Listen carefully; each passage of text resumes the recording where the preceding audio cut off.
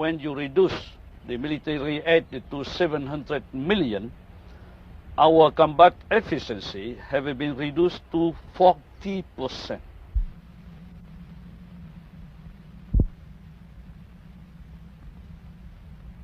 I think that the situation would be very dangerous for South Vietnam. Would be very dangerous. Would And you lose provincial not only capitals? that, the decision, the political decision, is will encourage the North Communists to go ahead, to hurry their takeover of South Vietnam. Also, psychologically, the South Vietnamese people will see clearly that the United States have a wash hand and abandon South Vietnam and discourage our people and our army.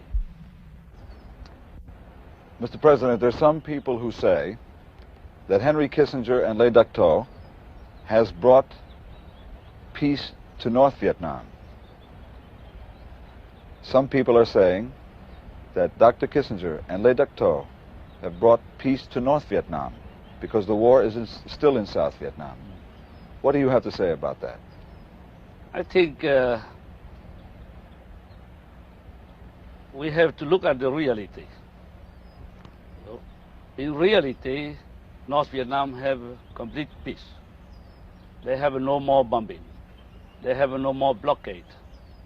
They are free to infiltrate the troops, the logistics, the weaponry to South Vietnam to continue the war. Meanwhile, they are safe.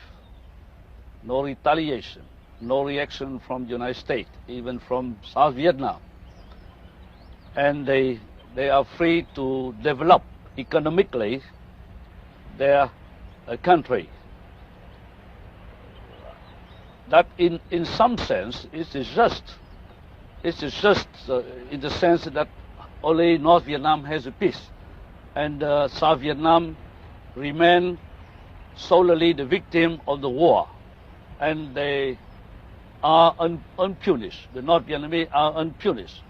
I think it's not fair. It's not just when we talk about peace.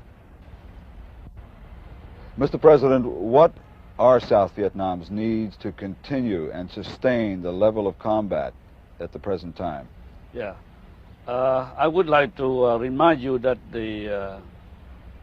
even last year, in the assumption that the violation of the ceasefire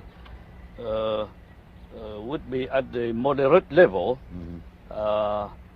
we need 1.4 billion to be sufficient on the one-to-one replacement and to cope with the small violation of a ceasefire by the communists. And you remember that through the appropriation, through the authorization, it has been reduced to 1 billion. And through the appropriation, it's been reduced to 700 million. And now the United States government asked the additional 300 everything to cope with the generalized offensive that the communists have launched 6 months ago. It's the reason why we continue to lose ground, and people, many bases has been overrun because we lack of support, we lack of mobility, and we lack of ammunition.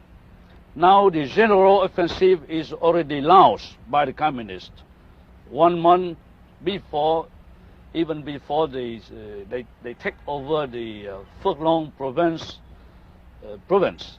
And I think that what we need is have enough means, not only to sustain the current situation, but as long as the communists sustain the momentum of their offensive, I think we still need the means to defend ourselves, because what is the real balance of force now between us communists.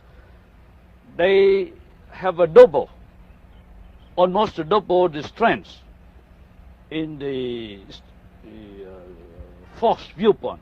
They have triple, at least triple the logistic. They have a build-up since 2 years. Mm-hmm. So we are now fighting against them from 1 to 3, and they are attacking us from 3 to 1. Mm-hmm. And in 1972, they could only sustain the momentum of their offensive for 3 months. Now they can sustain the momentum of their offensive for at least 1 year. So we have to foresee what happened from now on.